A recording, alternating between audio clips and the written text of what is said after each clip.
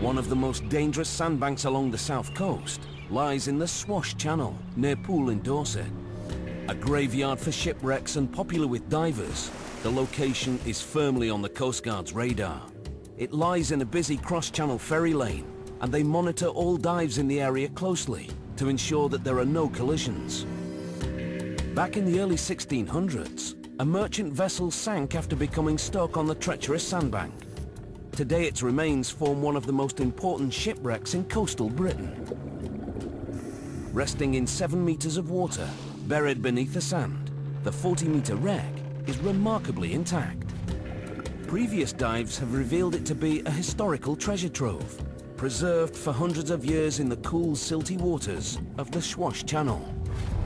In a bid to uncover some of the mystery surrounding the wreck, English Heritage have asked maritime archaeologist experts from Bournemouth University to carry out their own unique kind of sea patrol. They're going to conduct the first complete survey ever carried out on the wreck and hope to build a more complete picture of the vessel and its history. What we've got here are a couple of finds that we found last year. We've got a small copper bell, and this has been one of the items that's helped give us some clues towards its identity. So it would have been on a wooden handle, and the style of it matches other bells from the 1620s. Team leader Dave Parham knows that the latest dive is a race against time and tide. Changing weather and water conditions mean that the team only have a narrow window of 30 days to get all of their work completed.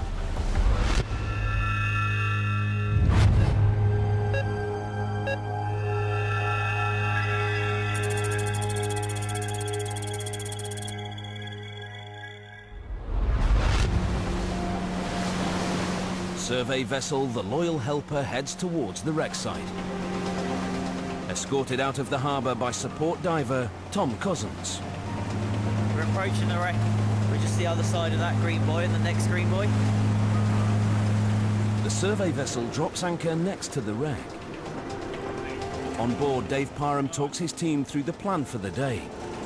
We'll lay the grid on the bow of the wreck here in 2 6-metre squares, and then start moving it gradually along the wreck. The divers are going to construct a square excavation grid from scaffold poles. Covering 6-metre sections, this will allow the wreck to be photographed so every centimetre can be accurately recorded. When each section has been catalogued, the grid will be moved along the wreck, until every section from bow to stern has been mapped out. 1, 2, 3.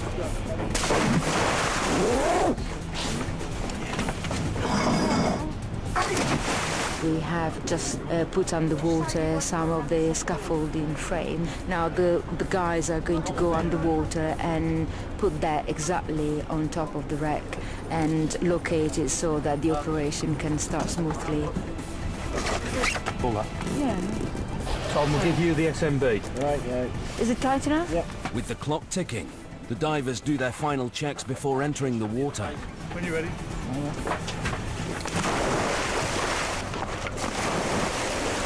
Underwater work can be hazardous and safety is a top priority. Tom? Yeah. That's okay, just checking your comms. I can't see him yet. Are you okay? But there's a problem. They've lost contact with the safety diver. Can you hear me? Have a look up there now and see what's going on.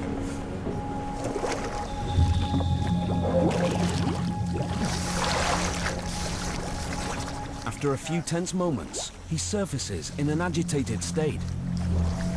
It's coming to the ladder, Dave. Concerned by his weakened state, the crew help him on board.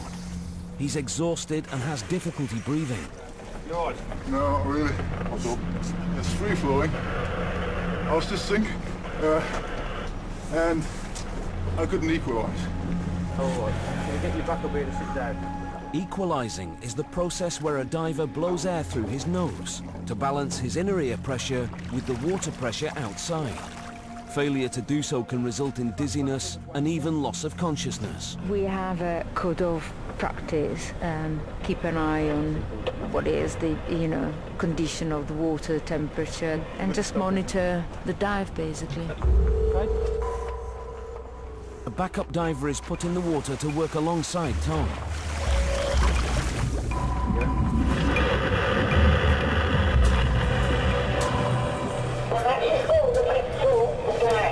You're halfway between the boarding ladder and the stern of the boat at the moment. Over.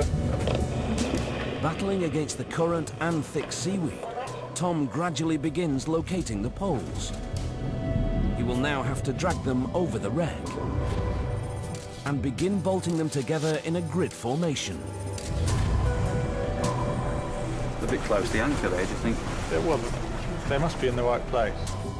As well as mapping the wreck to build a fuller picture of what the ship once looked like, the team intend to carry out some preservation work. The shipwreck is degrading quite rapidly. With the excavation that we are planning to conduct through the summer, we're actually going to deploy some in situ protection of the wreck so that no wood borers organisms and degrading organisms and so on can actually destroy the shipwreck. Tom has finished laying the main sections of the grid and resurfaces with his safety diver.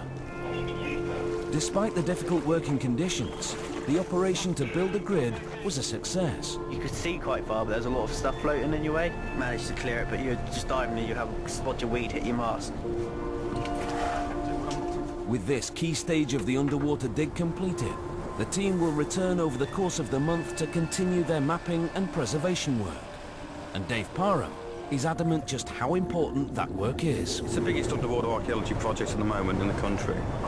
People often have an impression that shipwrecks are full of treasure, and in my experience, financially, that's not the case. What the real treasure is what this stuff tells us about the past and the connection with people working at sea 400 years ago.